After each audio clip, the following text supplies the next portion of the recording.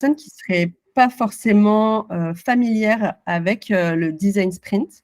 Le design sprint, c'est donc une méthodologie qui permet de passer d'une problématique à un prototype testé en seulement 5 jours dans sa version originale. En tout cas, initialement, ça a été développé par Jake Knapp au sein des équipes de Google Venture. La méthode, elle propose une succession d'ateliers chronométrés qui passent par plusieurs phases, en commençant par la compréhension, puis l'idéation, la phase de décision, le prototypage et les tests, puisque toute la force du design sprint, c'est que dans un temps très court, on va pouvoir recueillir des retours des utilisateurs et utilisatrices cibles. Donc, c'est vraiment ça qu'il faut retenir du design sprint. Mais je vais maintenant laisser Quentin vous présenter un petit peu plus ce dont on va parler pendant ce talk. Merci Amandine pour cette belle intro. Comment on va pouvoir vous donner tout ce gloubi-boulga de tips, de choses à ne pas faire de manière assez structurée. On s'est dit que c'était ça allait être pertinent de vous le présenter sur les différentes phases, du coup, plutôt macroscopiques du sprint. C'est-à-dire en commençant par le début, mais même avant le début, comment on va arriver à vendre un design sprint, jusqu'à, du coup, le après design sprint, le livrable, le résultat, et comment tout ça peut s'enchaîner. Bien sûr, on va passer par les phases, du coup, de cadrage et d'animation. On aime dire, du coup, chez Open du sprint, que le premier jour, en fait, il prend 3 mois. Il y a énormément de préparation en amont, et ça commence, du coup, justement avant cette étape de cadrage. Donc, tout d'abord, je pense que c'est hyper important de préciser qu'on ne vend pas un design sprint à une organisation, à un commanditaire. On va vendre en fait un temps restreint, avec des moyens restreints, depuis la définition d'une problématique et la compréhension de celle-ci, jusqu'à arriver à quelque chose d'efficient, quelque chose qui va faire le job, quelque chose qui va marcher, donc du coup, en l'occurrence, ce livrable. Et on va le faire d'une certaine manière qui fait que finalement, on vend du coup un temps compressé, et surtout, ce qui est intéressant pour le commanditaire, ça va être des coûts maîtrisés. C'est qu'on vend un forfait. Dans 5 jours, tu auras ça, quoi. Et surtout, ce qu'on va vendre, c'est des tests systématiques et du coup, une diminution du risque sur les différents projets. Et finalement, comment on en arrive là? Le client, le commanditaire, celui qui va faire le chèque, lui, il s'en fout plus ou moins, quoi. Donc, vraiment, se mettre en tête, c'est qu'on vend du temps contre des certitudes. Et une fois qu'on est arrivé à vendre ce temps, on peut enfin présenter la méthodologie et surtout la résultante, et montrer dès le début du coup, que ça ne va pas remplacer un vrai cycle de développement produit. Si vous vendez le sprint, le design sprint, comme une solution miracle à tous les problèmes, vous vous tirez une balle dans le pied. Parce que le commanditaire, il risque d'être déçu du résultat. On est des designers très forts, mais on n'est pas des magiciens non plus. Donc, ça, c'est ça à retenir. Donc, il faut prendre ce temps d'expliquer que le sprint, ça permet d'explorer rapidement des pistes, répondre à des questions et à des validations par le prototypage. Donc, on doit préciser qu'on n'aura pas, à la fin du coup de ce cycle de 5 jours, un produit fini, mais on aura un prototype testé et testé, et qui va fonctionner ou pas. Parce que l'échec, ça fait partie aussi de la réussite d'un sprint, qui va permettre de dérisquer un projet. C'est-à-dire que grâce à un sprint, on va peut-être éviter des pertes de milliers, voire peut-être des millions d'euros. Je n'ai pas d'exemple à ce propos-là, mais ça peut dérisquer des gros projets. Donc, les choses à retenir, c'est d'éviter de survendre le sprint, d'être transparent sur le livrable qui va être attendu, et à savoir du coup le prototype validé, et que ce n'est pas un résultat clé en main. Donc, le diable se cache souvent dans les détails, c'est ce que j'aime dire.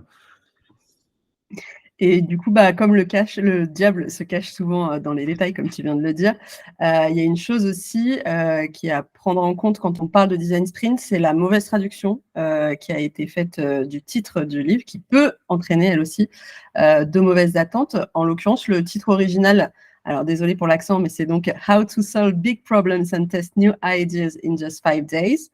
Et en français, on a traduit ça par résoudre les problèmes et trouver de nouvelles idées en 5 jours. En l'occurrence, cette traduction, il y a deux choses qui d'après moi, vont pas et peuvent fausser la compréhension de ce qu'est un design sprint. D'abord, c'est qu'en anglais, il est question de résoudre des big problems, donc des problèmes complexes de grande ampleur. Et en français, on traduit ça juste par résoudre les problèmes et sans précision en fait sur leur complexité, quoi. Donc ça laisse vraiment penser qu'un sprint finalement ça peut résoudre n'importe quel problème. Or, on sait que c'est pas le cas. Le deuxième problème dans cette traduction, c'est que en anglais, on dit test new ideas, et donc on va tester des nouvelles idées, et donc on va expérimenter rapidement des concepts. En français, on évoque juste trouver des nouvelles idées. En fait, ça réduit clairement le sprint à une génération d'idées, alors que on va pas juste trouver des idées, on va surtout véritablement tester ces nouvelles idées. Et du coup, la traduction, ça peut clairement faire que les attentes sont irréalistes sur les résultats d'un sprint. Et comme l'a dit Quentin, il faut vraiment clarifier dès le départ que la méthodologie, elle vise à tester des solutions pour des défis, mais en accéléré parce que on peut pas tout résoudre clairement en 5 jours. Ça serait illusoire de penser ça. Mais voilà, c'est important aussi de repréciser ça. Maintenant qu'on a vu ce qu'il fallait avoir en tête avant même d'envisager réaliser un design sprint, on va pouvoir passer dans le avant. Et on va donc commencer par le cadrage. Le cadrage, c'est hyper important. Imaginez arriver le jour du démarrage d'un sprint, vous découvrez le contexte, vous devez définir la problématique, genre l'enfer, quoi. Le but, c'est que si vous essayez de comprendre de quoi on parle, qui sont les gens autour de la table, quelles sont les attentes, tout ça en devant animer les ateliers, en guidant le groupe de manière efficace, c'est clairement impossible. Donc, l'étape de cadrage, elle est cruciale avant de se lancer dans un sprint. On a envie parfois de foncer un peu tête baissée et de se dire que la méthode va nous permettre d'avancer. C'est vrai, mais pas surtout. Donc, c'est vraiment essentiel de bien définir le cadre du sprint en amont. La préparation, ça demande aussi du coup d'avoir des informations qui permettent d'aborder le sprint dans les meilleures conditions et d'avoir un meilleur résultat aussi. Vous allez pouvoir comme ça collecter des données, par exemple sur les utilisateurs ou les utilisatrices, sur le marché. Ça va vous permettre d'éviter de vous baser uniquement sur les intuitions subjectives qui pourraient être en place, quoi. Et personnellement, vraiment, moi, je trouve ça hyper risqué de commencer un sprint sans avoir fait aucune recherche en amont, sans avoir de confirmation des insights sur les utilisateurs, parce que ça veut dire qu'on se base uniquement sur le ressenti et les a priori des équipes. Et ça, c'est quand même une base assez bancale pour un sprint. Ouais, et je pense qu'en plus de cette data utilisateur, ce qui va vraiment être important de savoir, c'est pourquoi la personne qui contrôle le budget, c'est-à-dire le commanditaire, celle qui contrôle les décisions, les priorités, elle a décidé qu'il était important de travailler sur cette problématique et quels vont être ces critères objectifs et évaluatifs et subjectifs aussi qu'elle va utiliser pour savoir si elle est satisfaite ou non du résultat. Et je le répète encore, le sprint, en soi, elle s'en fout. C'est vraiment ce qui va résulter du coup du sprint, ce livrable. Et le sprint n'est pas un livrable en soi. C'est une méthode pour arriver à ce livrable-là. Et donc, comment elle va mesurer, cette personne-là, la valeur de ce qu'on a produit? Qu'est-ce qu'elle va chercher à la fin de notre action pour dire « Ok, les gars, je voulais ça dans le monde. J'ai bien fait de vous faire confiance. J'ai bien fait de vous filer du pognon. On a bien fait de sprinter. » Et une fois que vous avez cette verbatim, vous avez tout gagné.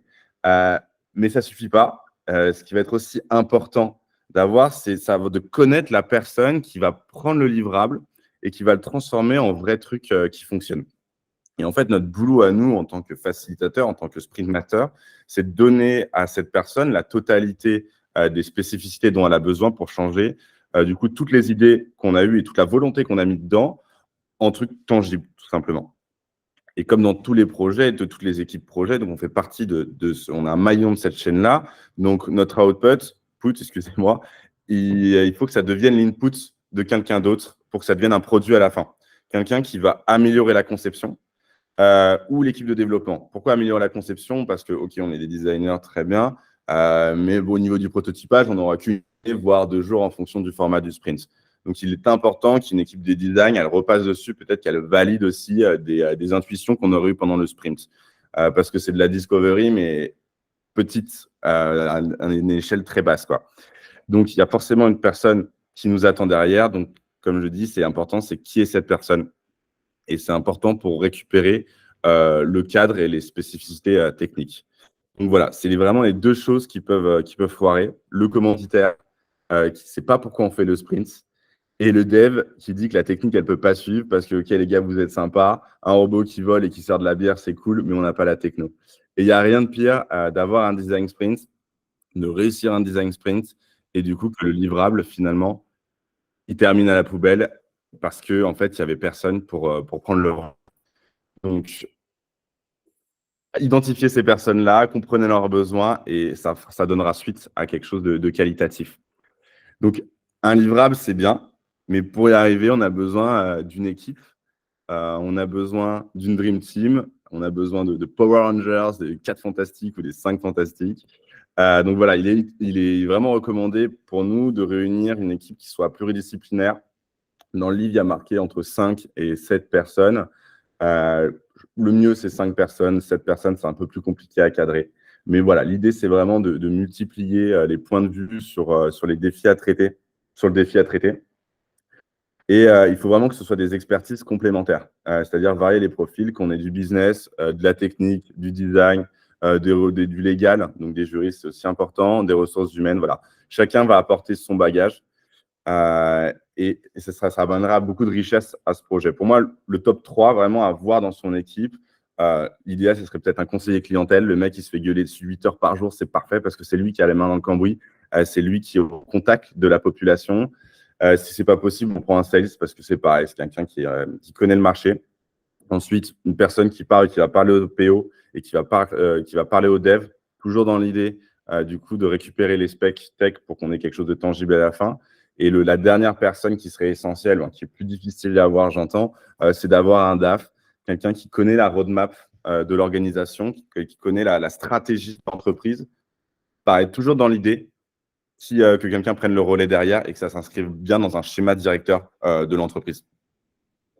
Voilà, on a donc cette équipe de 5 personnes, mais il ne faut pas hésiter à aller faire intervenir des experts externes au projet pour avoir des avis spécialisés à un certain moment, à des moments ponctuels du sprint pour répondre à des questions. L'idée, c'est pareil, voilà, c'est d'avoir vraiment une diversité de talents qui permet d'aborder le défi vraiment sous tous les angles.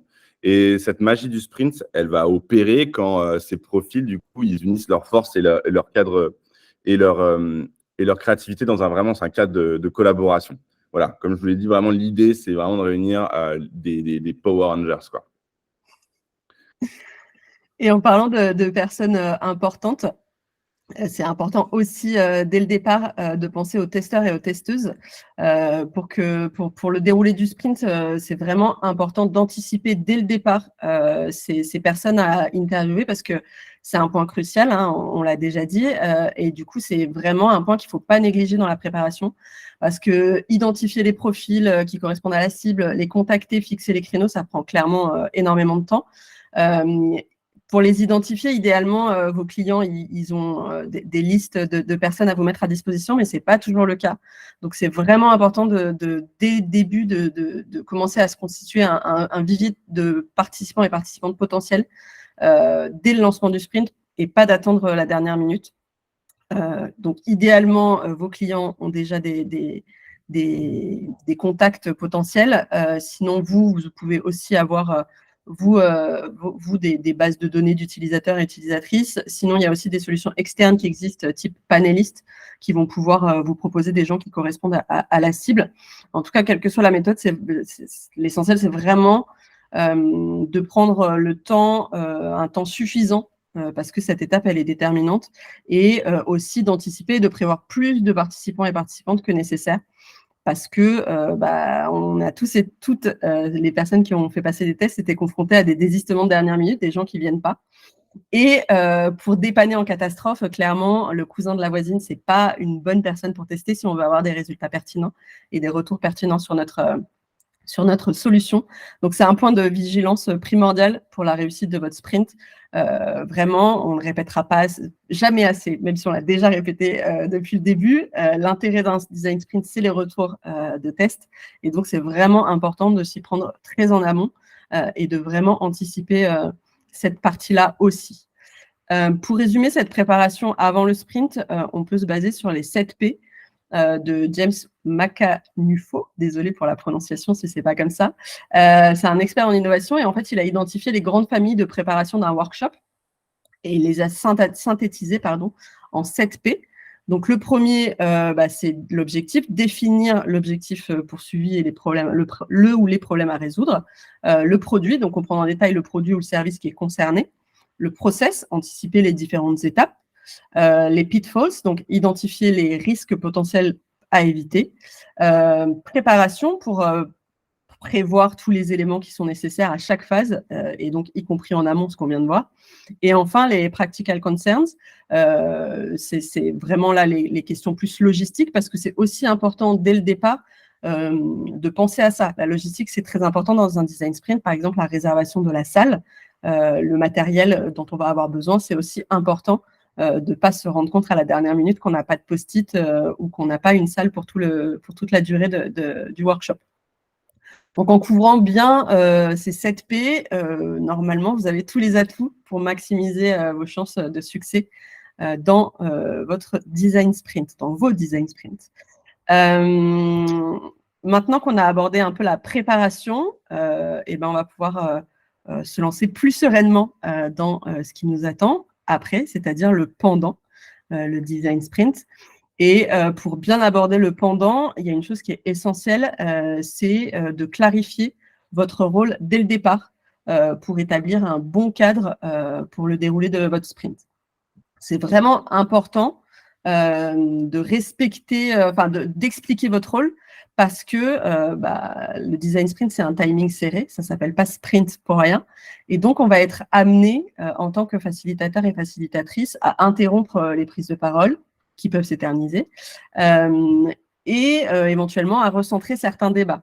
Bien sûr, il faut faire tout ça avec tact. Hein. Le but, c'est pas de manquer de respect à qui que ce soit ou de vexer qui que ce soit, mais c'est essentiel pour faire avancer les discussions vers l'objectif. Et donc, le fait d'avoir cette transparence sur le côté un peu gardien ou gardienne du temps, ça va éviter les potentielles frustrations qui pourraient être liées au fait de se faire couper la parole, par exemple. Donc, si vous le dites dès le départ, les participants et participantes vont comprendre que c'est un mal nécessaire pour tenir le timing. Et donc, ça va vous permettre, vous, d'intervenir plus facilement pour recentrer les échanges sans crainte de vexer qui que ce soit.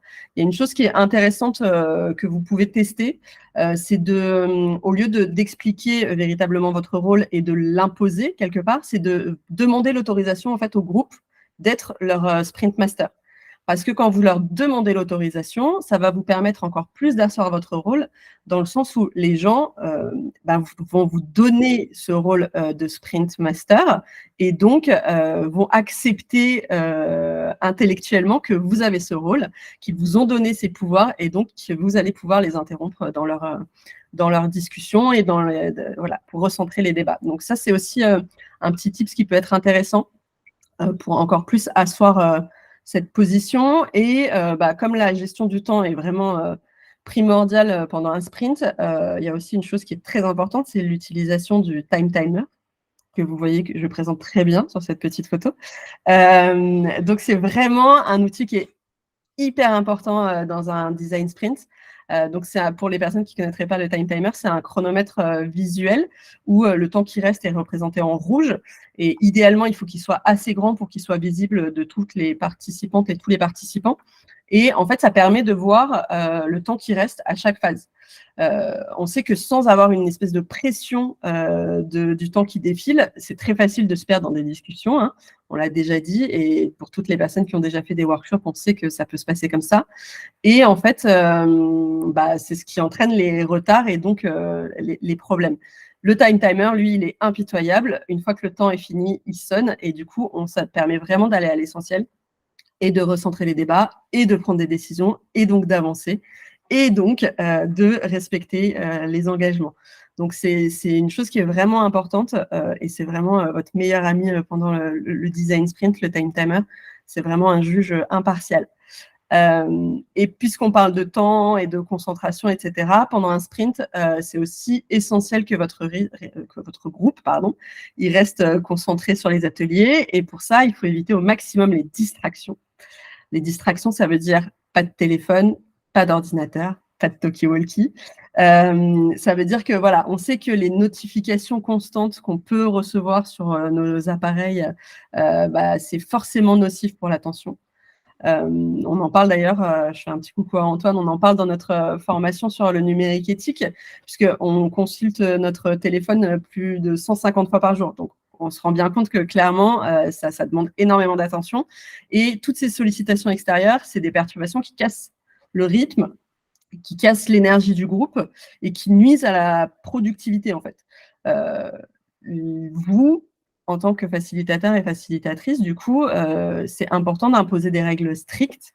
Voilà, les téléphones, on l'a dit, sont en silencieux, ils sont sur le côté, les ordinateurs sont fermés, sauf pour les ateliers où on a vraiment besoin d'un ordinateur.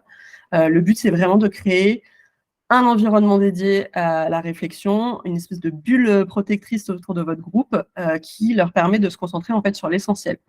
Et cette discipline, elle va vraiment vous aider à maintenir la dynamique parce que vous allez éviter les distractions.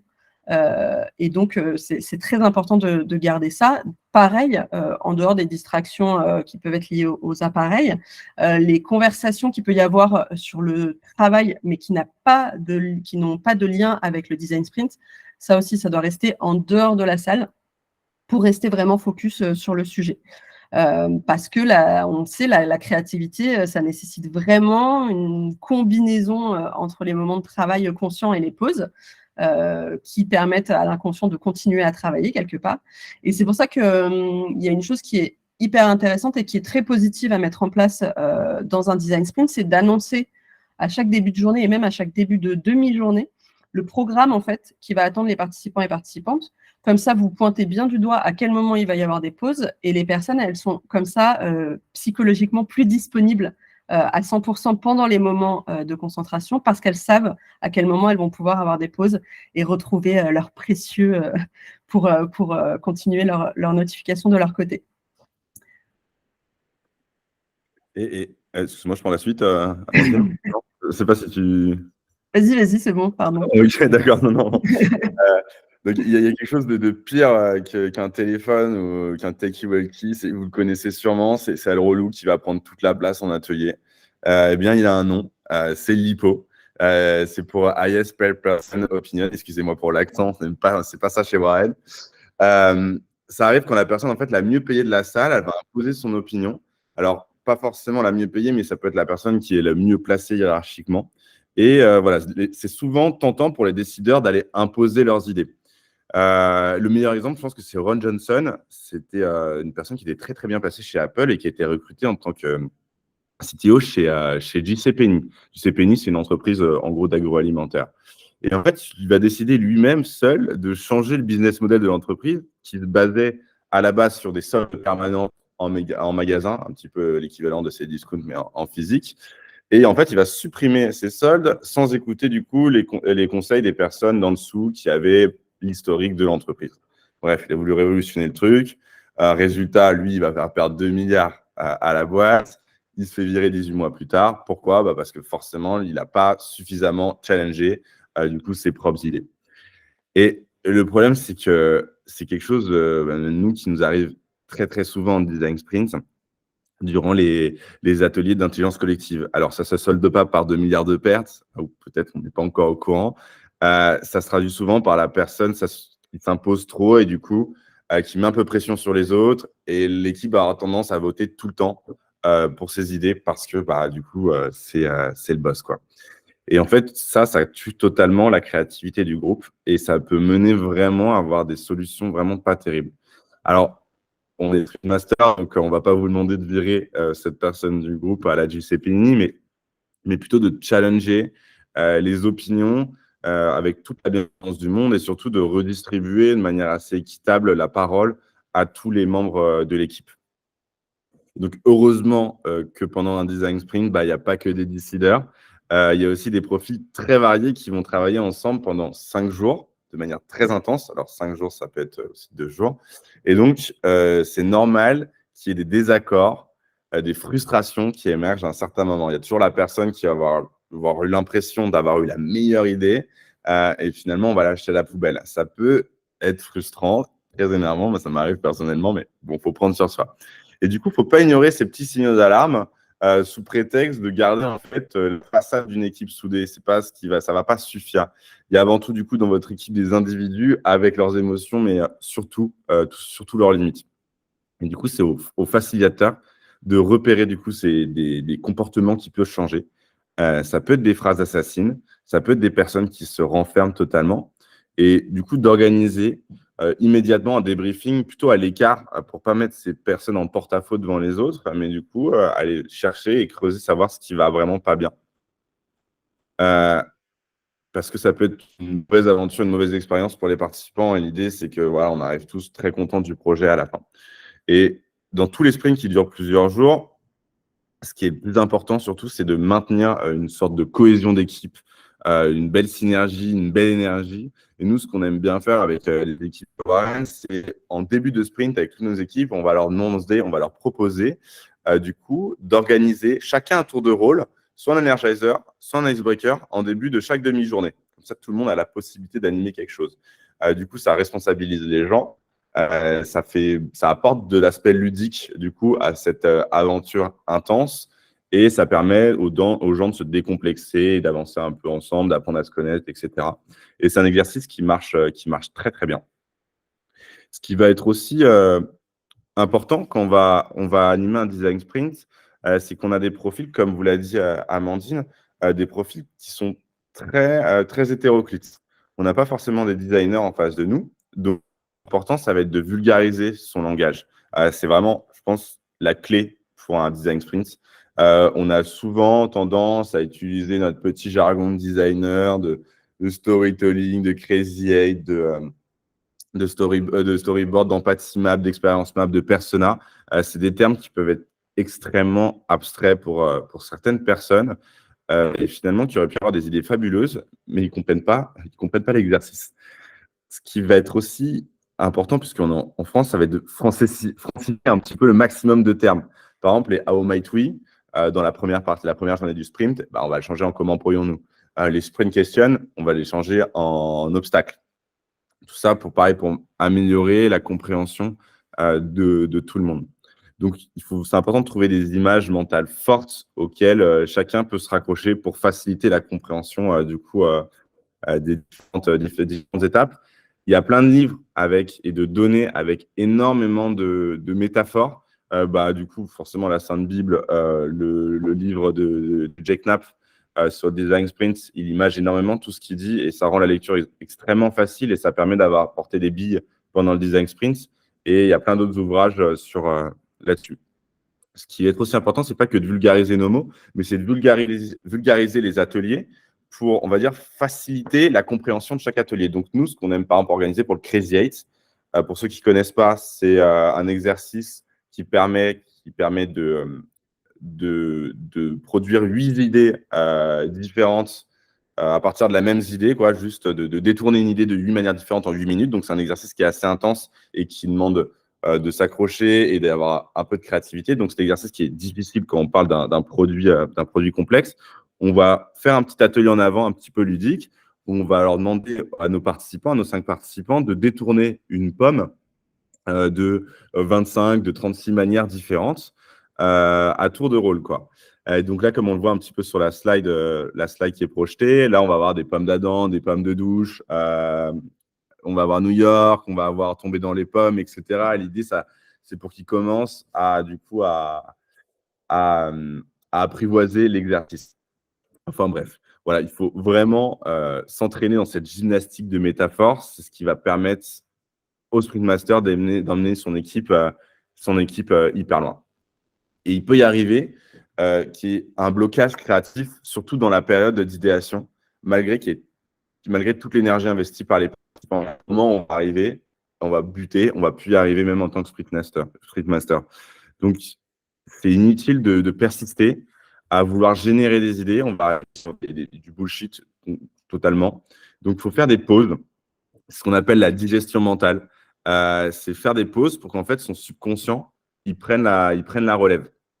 Par exemple, c'est arrivé plein de fois où il y a une journée où vous galérez énormément à résoudre une problématique, et puis le lendemain matin, dans la douche, et ben, du coup, la solution, elle va devenir de manière totalement naturelle. Donc, il ne faut pas lésigner sur les pauses. Il ne faut pas non plus se bloquer aux exercices du livre. Il y a plein d'exercices pour faire des pauses qui sont, vous pouvez alimenter votre sprint avec d'autres ateliers de créativité. Là, on vous a donné 2 références. Il y a Gamestorming, c'est un petit peu la Bible. Et sinon, il y a une version en ligne, c'est Universal Design Guide. C'est super cool. C'est un site où est référencé énormément d'exercices et même d'exercices pour que tout le monde puisse y avoir accès, y compris des personnes en situation de handicap selon leur handicap. Voilà. Et bien sûr, il faut porter dans cette animation de sprint, il faut porter une animation toute particulière au main event du sprint, c'est-à-dire les tests. Moi, je vais laisser Amandine peut-être vous en parler. Merci Quentin. Les tests, effectivement, on vous le répète depuis le début, c'est hyper important, mais c'est à prendre aussi avec des pincettes parce que quand on fait passer des tests et quand on passe des tests, les 2 côtés, on a forcément des biais qui rentrent en compte. Et donc, c'est très important de garder en tête ça. Les réactions trop positives, ça peut cacher des perceptions négatives, en fait. On peut parler de faux positifs quelque part, c'est l'effet qu'on appelle l'effet Hawthorne. Désolée encore une fois pour l'accent. Mais du coup, qui fait que en fait, les participants et les participantes à des tests se sentent déjà valorisés parce qu'ils sont et elles sont consultées. Et en fait, elles vont pas avoir envie de vous vexer ou de vous blesser. Et donc, elles vont inconsciemment masquer certains reproches qui pourraient être faits pour ne pas contrarier la personne qui les interviewe. C'est un peu comme on dit jamais d'un bébé qu'il est moche, et ben parce que même si on le pense, on va pas le dire parce qu'on se dit, on se met un filtre. Et ben c'est exactement la même chose pour les personnes qui vont tester votre prototype. Et donc pour limiter ce biais de désirabilité sociale, pardon, en fait, c'est important de bien préparer vos tests. Bien préparer, ça veut dire forcément que des questions ouvertes. Comme ça, on va laisser la personne vraiment parler et expliquer. On va éviter toujours d'acquiescer pour ne pas guider la personne. On va laisser des silences. En fait, derrière chaque critique un peu polie, il peut se cacher une vraie insatisfaction profonde, mais qui ne va pas forcément ressortir parce qu'il y a ce filtre qui se met. Il y a un très bon exemple, un espèce de cas d'école pour le sujet, qui est le focus group qui avait été organisé par IDEO. Et en fait, ce focus group devait parler d'une enceinte musicale. En fait, on leur a dit dès le départ que l'enceinte, elle valait $100. Et donc, pendant le focus group, les testeurs et les testeuses étaient hyper emballés par l'enceinte. Elle était super, franchement, c'était très positif.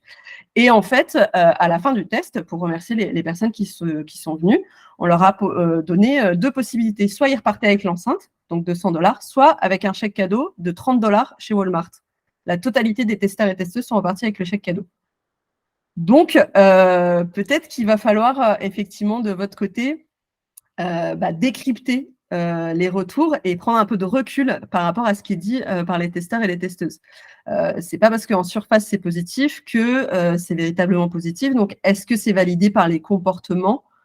Faut vraiment avoir une vue très globale dans les tests et pas se limiter forcément à ce qui est dit, mais aussi à ce qui est sous-entendu. Donc, il faut vraiment faire preuve de discernement pour détecter les vrais problèmes ou les points d'amélioration qui peut y avoir derrière un feedback et pas juste les trucs qui sont là pour vous faire plaisir, quoi. C'est très important parce que la qualité de vos tests et la pertinence des enseignements que vous allez pouvoir en tirer, ça dépend clairement de ça. Donc, il faut vraiment faire attention à affiner votre sens critique pour tirer des enseignements objectifs, le plus objectif possible en tout cas, de ces tests. Une fois qu'on a fini les tests, le design sprint à proprement parler se termine. Et donc, on peut passer à l'après-design sprint. Et le premier élément qu'il y a après le design sprint, c'est le livrable. Le prototype, il va concrétiser la solution à l'issue du sprint. Mais dans votre sprint, il y aura eu tout un travail d'idéation, de conception, d'échange, de point de vue. Et tout ça, c'est une vraie mine d'or qu'il ne faut pas laisser de côté. Donc, il faut absolument que vous gardiez tous ces éléments-là et que vous les consolidiez dans un rendu, un livrable, dans lequel vous allez pouvoir remettre toutes les notes, les relevés d'idées, pour vraiment garder une trace des réflexions et de la matière qui a été faite pendant ce sprint. C'est important aussi dans votre livrable, du coup, d'inclure tout le reporting des tests, parce qu'on l'a dit et redit, les tests, c'est très important. Donc, les retours de tests, les insights, les verbatims, l'analyse, tout ça, c'est des choses qui sont très importantes et qui doivent se trouver dans un livrable, parce que c'est des données qui sont extrêmement précieuses et extrêmement précieuses pour vos clients derrière, pour les commanditaires. Le document, il vient donc compléter le prototype. Pardon, mais il vient aussi ouvrir de nouvelles perspectives à partir du sprint et il fournit aux équipes aval tout le matériau pour pouvoir faire avancer le projet. Parce que tout à l'heure, Quentin le disait, c'est aussi important que de votre sprint, il découle quelque chose. C'est hyper frustrant quand les résultats d'un sprint finissent dans un tiroir et qu'il ne se passe rien derrière. Et donc, c'est important aussi que vous, avec votre livrable, vous donniez tous ces éléments pour que le sprint derrière puisse déboucher sur quelque chose. Donc, il faut vraiment pas limiter vos livrables au prototype, au seul prototype, mais il faut vraiment capitaliser sur toute la connaissance qui a été générée pendant ces journées de sprint. Et en plus du livrable, eh bien, il y a la rétrospective, on va dire, qui est très importante. C'est plus qu'un moment d'échange, c'est vraiment la réunion post-sprint qui va permettre de présenter les livrables au groupe. Donc, ça va permettre aussi au groupe de se rendre compte du travail effectué pendant tout ce sprint. Ça va vraiment valoriser le travail qui a été accompli. Ça va permettre de montrer les outputs tangibles qui auront été générés. Et en plus de ça, ça va permettre, comme le disait Quentin au début, d'inclure les personnes qui vont derrière reprendre le projet et un peu de clore la boucle quelque part. On célèbre les réalisations et en même temps, on ouvre les perspectives en capitalisant sur les résultats et donc on enclenche la suite. Donc, c'est vraiment un rituel essentiel pour pouvoir quelque part donner un coup de boost aussi à votre sprint par la suite parce que ça va permettre de boucler la boucle quelque part. Voilà pour tous ces petits conseils. On a fait le avant, le pendant et le après. Donc, si on conclut, ce qui est important aussi, surtout quand on anime des design sprints, c'est qu'un design sprint qui n'atteint pas ses objectifs, à la base, ça peut être perçu un peu comme un échec, hein, clairement, mais en fait, il faut vraiment prendre ça comme une occasion unique d'apprendre. Il faut vraiment, pour que ce soit une occasion unique d'apprendre, prendre le temps de aussi disséquer, de vraiment aller analyser les racines de ce qui n'a pas fonctionné. Parce que c'est en identifiant les facteurs que vous allez pouvoir avoir les clés pour rectifier. Si vous prenez juste les choses de façon un peu légère, vous n'allez pas forcément apprendre, mais il faut vraiment creuser et vous pouvez, pourquoi pas, utiliser la méthode des 5 pourquoi pour creuser justement et aller chercher la racine ou les racines du problème. Et c'est en faisant cette analyse vraiment poussée que vous allez pouvoir identifier clairement les facteurs à l'origine de votre échec et du coup ne plus les reproduire. Donc il faut vraiment le sprint, dans sa philosophie, il n'y a pas d'échec, il n'y a que des apprentissages. Et ben vous aussi, en tant que facilitateur et facilitatrice, si vous adoptiez cet état d'esprit, c'est-à-dire qu'il n'y a pas d'échec, il n'y a que des apprentissages. Le meilleur apprentissage vient souvent des erreurs, mais à condition qu'on accepte de se remettre en question. Et donc, il ne faut vraiment pas hésiter à prendre du recul et aussi à vous approprier la méthode au fur et à mesure de vos expériences de facilitation. C'est ça qui vous permettra aussi d'avancer et de grandir. Ouais, et d'ailleurs, nous, on a beaucoup itéré sur le programme PIVMAIAP. Alors, ceux qui ne connaissent pas, c'est une démarche qui met l'égalité des chances au service de l'innovation et vice-versa. Donc, l'idée, c'est de faire participer des personnes qui sont en recherche d'emploi à un design sprint qui est hébergé du coup par une entreprise partenaire, comme on peut le voir là au bas de la slide. Et c'est ouvert à un très large public. Donc, on a des discussions avec des personnes en recherche d'alternance, en situation de handicap, des personnes réfugiées, etc. Et voilà, on met à profil leur regard extérieur sur des problématiques d'entreprise. À côté de ça, ça booste un peu leur CV parce qu'ils bossent sur des projets concrets. Donc voilà, si vous êtes intéressé par la démarche, si vous voulez participer, on n'est pas tout le temps en recherche d'entreprise, de nouveaux partenaires sur la démarche, ou même si vous voulez qu'on vous accompagne sur des design sprints, c'est aussi avec tout classique, enfin, avec grand plaisir. Voilà, je sais pas si vous avez des questions, vous pouvez les mettre dans le chat. J'ai vu qu'il y en avait Donatien, et puis on peut prendre un temps pour y répondre. On est à peu près bon niveau timing, mais en tout cas, merci beaucoup pour votre écoute.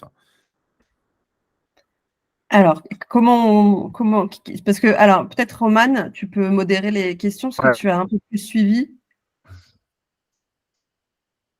ou pas? Bon, Romane n'est pas là, donc du coup, si je...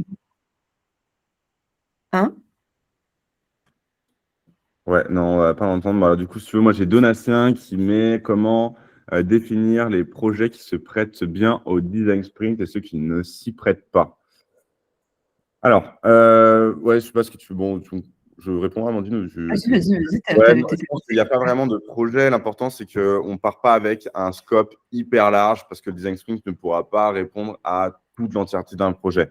On peut aller capter juste une nouvelle fonctionnalité à tester, peut-être un concept, peut-être une idée. Il n'y aura cependant pas de thématiques qui seront. Enfin, on peut répondre à toutes les thématiques. Il y a des design sprints qui se font en cancéro. Il y a des design sprints, il y a des mecs qui sont aussi qui font des design sprints sur des nouveaux scanners, des IRM. Alors, bien sûr, le prototype à la fin, ce n'est pas un IRM qui vont se budgéter parce que c'est trop cher. Mais ils vont aller prototyper juste une plaquette commerciale pour essayer de le vendre et vendre juste cette idée-là. Et ça, c'est leur prototype. Donc, je pense qu'il n'y a pas vraiment de limite à ce niveau-là, quoi. Tant que le scope n'est pas trop large. Je ne sais pas si tu veux compléter, Amandine. Non, mais c'est ça, je pense que c'est là où le cadrage est hyper important, c'est qu'effectivement, il ne faut pas se dire qu'on peut tout résoudre avec un design sprint parce qu'on n'a que 5 jours et que donc il faut vraiment avoir un point particulier, un point de friction à identifier sur lequel on va pouvoir travailler. Deuxième question, comment réagir face à une équipe qui a peur de changer leur... On prend la question de Pierre pour en faire une sur deux. Vas-y. Ouais, tu as levé la main. Vas-y, Pierre. Oui, alors j'ai plein de questions, j'étais en train de les écrire au final. Ah, ok. Pour faire le petit pêle-mêle, qu'est-ce que vous vendez comme design sprint? Est-ce que vous faites vraiment du Jack Knapp pur et dur? Est-ce que c'est du 2.0 ou est-ce que c'est du Pauline Thomas? Quand vous dites ne pas se baser uniquement sur les insights clients, qu'est-ce que vous faites au final en combien de jours pour faire cette discovery et quel livrable vous amenez pour challenger l'insight en amont? Est-ce qu'il y a des UX d'ailleurs dans vos design sprints ou est-ce que vous prenez après le rôle de l'UX pendant le prototypage? Et d'ailleurs, quelles sont les équipes qui participent au proto et quel est votre rôle un peu pendant cette facilitation de la journée du prototypage? Comment vous faites aussi un peu cette journée du lundi? Vous êtes plus Jack Knapp, vous la customisez, voir comment vous faites cette journée du lundi matin. Vous ne parlez pas d'ailleurs du décideur, je voudrais savoir si vous faites moins de focus là-dessus ou pas, ou si c'est aussi important pour vous. Combien de jours vous prenez sur les livrables à la fin et comment vous le vendez? Et je trouvais ça intéressant de faire une rétro de sprint. Et donc au final, est-ce que votre livrable de fin, c'est presque un atelier et vous faites une sorte de rétro de sprint dessus? Combien de problématiques aussi vous prenez sur vos design sprints? Est-ce que c'est vraiment une grande étape où vous essayez de les customiser pour voir un peu plus loin? Et comment vous captez d'ailleurs la donnée aussi pendant les tests et qui participe aux tests? C'est large. Ah ouais, alors on va essayer de répondre au fur et à mesure parce que du coup il y avait beaucoup de choses. Alors la première question, on utilise pas forcément la méthodologie pure. En fait, on a adapté la méthodologie, même quand on fait des design sprints en entreprise, on utilise plutôt la 2.0. Clairement, on est sur 2 jours avec les porteurs, enfin les équipes de l'entreprise. Et après, nous, on prend la suite pour le reste. Quand on est dans Pimp My App, on utilise plutôt la version originale Jake Knapp, mais un peu remasterisée par rapport au projet parce que Pimp My App, c'est des gens qui sont externes à l'entreprise. Donc, on a besoin de passer un peu plus de temps sur la compréhension. On les accompagne à différents endroits sur des ateliers un peu différents. Mais voilà, en entreprise, en tout cas, on est plutôt sur la version 2.0 qu'on a adapté aussi à nos besoins, qu'on adapte éventuellement suivant les besoins du projet aussi. L'important, c'est ça aussi, c'est de faire en sorte que la méthodologie, c'est un super cadre, mais il faut aussi pouvoir se la réapproprier aux besoins. Ça, c'était la première question, je crois. Ouais, et moi je pense que aussi pareil, c'est chaque problématique est différente. Donc c'est possible qu'il y ait des exercices qu'on insère dans le design sprint qui n'ont aucun rapport avec Jake Knapp, que ce soit Pauline Thomas ou des choses comme ça. C'est impulser des exercices en fonction de la problématique, avoir une approche très pragmatique à chaque client, à chaque sujet, quoi. Alors je sais que Jake Knapp, il a fait un super bouquin, des centaines de design sprints, et il n'a pas fait une méthode pour rien, il a mis un certain temps à en arriver là. Mais je pense que ça le mérite aussi d'être challengé avec d'autres. C'était quoi la deuxième? Juste on en prend 2 comme ça et après on. Après, c'était sur les temps et comment vous faites au final votre livrable de fin et même en fait sur le prototypage. Est-ce que vous gardez la même équipe? Est-ce que chacun prend un petit rôle? Alors en fait, dans l'équipe, dans l'équipe d'un design sprint, on a toujours 2 personnes. Enfin, on accompagne on a une personne qui participe au design sprint en tant que participant ou participante en interne, qui va après reprendre le prototypage du coup.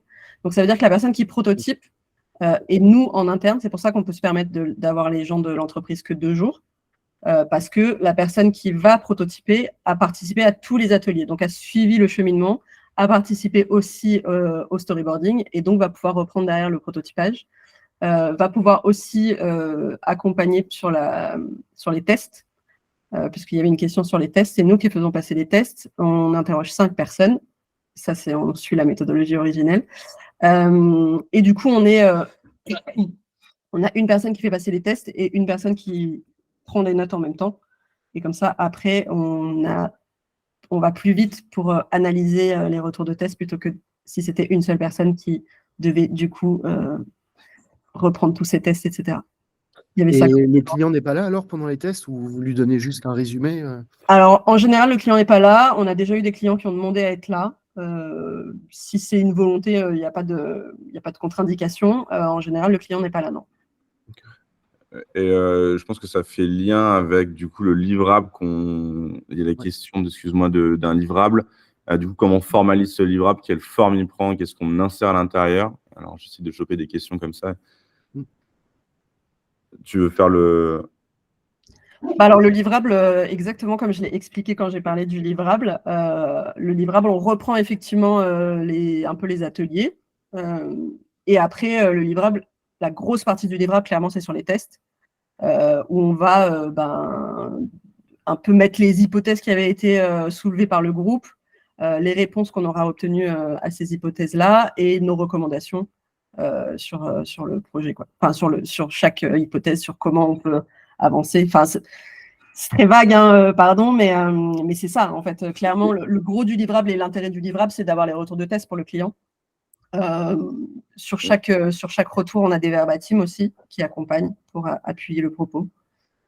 On peut y insérer aussi des idées du user flow, des choses comme ça, des choses qui n'ont pas été votées forcément, mais quand même pour garder une certaine trace du coup de tout le cheminement de pensée qu'il y a eu pendant ces 5 jours de sprint ou ces 2 jours. Et là, ça fait écho à la question de Donatien qui demande de mettre 7 ETP sur un DS sur une semaine coûte beaucoup trop cher à l'entreprise. Que répondre à cela? C'est pour ça qu'il y a des design sprints qui sont du coup congestionnés uniquement sur 2 jours et on fait intervenir un designer. Souvent, ça va s'arrêter à l'étape du storyboarding. Et puis après, c'est un designer qui va reprendre la relève. Comme ça, on n'impose pas du coup à cette personne d'être présente pendant 5 jours. Sinon, tu peux être sûr que pendant les 5 jours, il y a des personnes qui vont passer des calls, qui vont avoir des réunions et qui seront là juste à une partie du projet. Et ça, c'est absolument pas bénéfique pour le projet. Donc, il vaut mieux avoir ces 7 profils-là sur 2 jours que sur 5 jours éparpillés un peu à droite, à gauche. Et c'est vraiment le plus important. Et ça permet du coup d'avoir plus de dispo. Il y a aussi des autres formats. Je cherche, il y a Rémi Villas qui en parle très bien dans un de ses podcasts, qui nous dit que voilà, lui, il découpe parfois des design sprints en demi-journée sur plusieurs semaines. C'est pas forcément la chose qu'on recommande parce qu'en fait, ça va casser une certaine dynamique. Mais à côté de ça, ça permet aux gens aussi de maturer certaines questions. Mais bon, les résultats, moi, j'ai pu en faire un peu comme ça et ça n'a pas forcément bien fonctionné, quoi.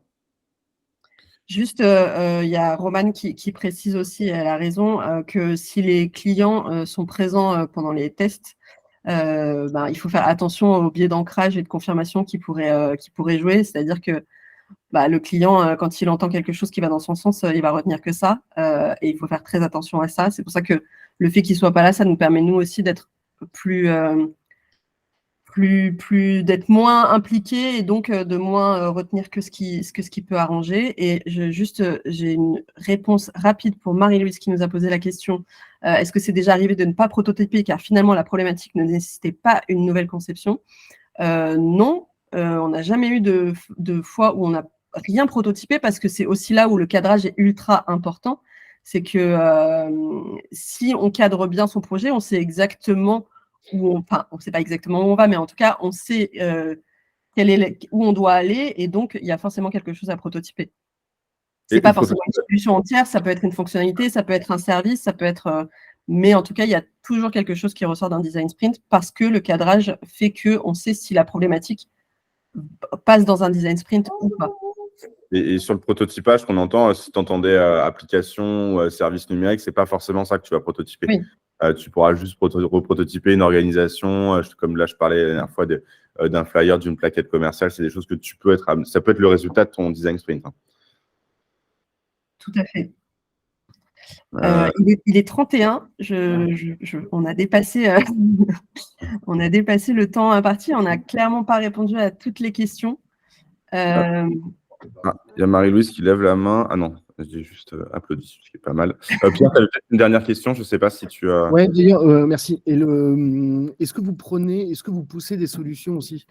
Est-ce que vous utilisez l'anonymisation pour proposer aussi vos solutions en fonction de ce qui aura été mis un peu dans le benchmark, de proposer des choses qui sont pas sorties après, que vous trouvez intéressantes? Vu qu'on a quelqu'un qui participe aux ateliers, on a forcément une proposition de solution anonyme. Donc, effectivement, on peut considérer que notre benchmark et nos recherches en amont nous permettent de proposer des solutions. Ah, est-ce que vous ne faites pas le benchmark pendant l'atelier? En fait, avant le cadre, quand on fait le cadrage, après, nous, on fait des recherches. C'est ce que je disais pendant le talk, c'est que c'est important, nous aussi, de nous imprégner du sujet, de savoir de quoi on parle, de savoir où on va, etc. Et donc, avec ces idées, on va pouvoir proposer, avec ces connaissances, on va pouvoir proposer des idées. Et avec, bien évidemment, tous les ateliers et tout ce qu'on a entendu, les CPN, les experts qui viennent parler, etc., etc. Après, c'est pareil, c'est une approche personnelle. Il y a des gens comme Stéphane Crochin, les mecs qui arrivent le premier jour, ils ne savent rien, et puis ils apprennent tout, mais voilà, ils ont une certaine bouteille là-dessus, quoi. Et vous avez fait un truc sur Gomet, d'ailleurs, le podcast? Non, mais on est dessus. Ah oui? Non, on est dessus, on va y travailler pour intervenir là-dessus, ça serait intéressant, ouais. En tout cas, sur le programme PIMEP, ça serait cool, je pense qu'on aurait quelque chose à apporter justement à Gomet, ouais. Au plaisir aussi d'échanger en privé là-dessus. Nous aussi, on customise la méthodo et on commence par des tests. Ok. Ok. Intéressant. Carrément, au plaisir d'échanger, du coup. Ouais. Merci beaucoup. Avec plaisir. Du coup, on n'a pas pu répondre à tout le monde, mais n'hésitez pas si vous avez des questions, des remarques, envie d'échanger. On est là. Vous avez nos LinkedIn qui étaient présentés au début. Je ne sais pas si vous les avez pris. Sinon, là, vous avez les contacts pour Warren Walter qui nous transmettra les demandes si c'est des demandes plus personnalisées pour nous. Mais voilà, n'hésitez pas. On est dispo avec grand plaisir pour échanger.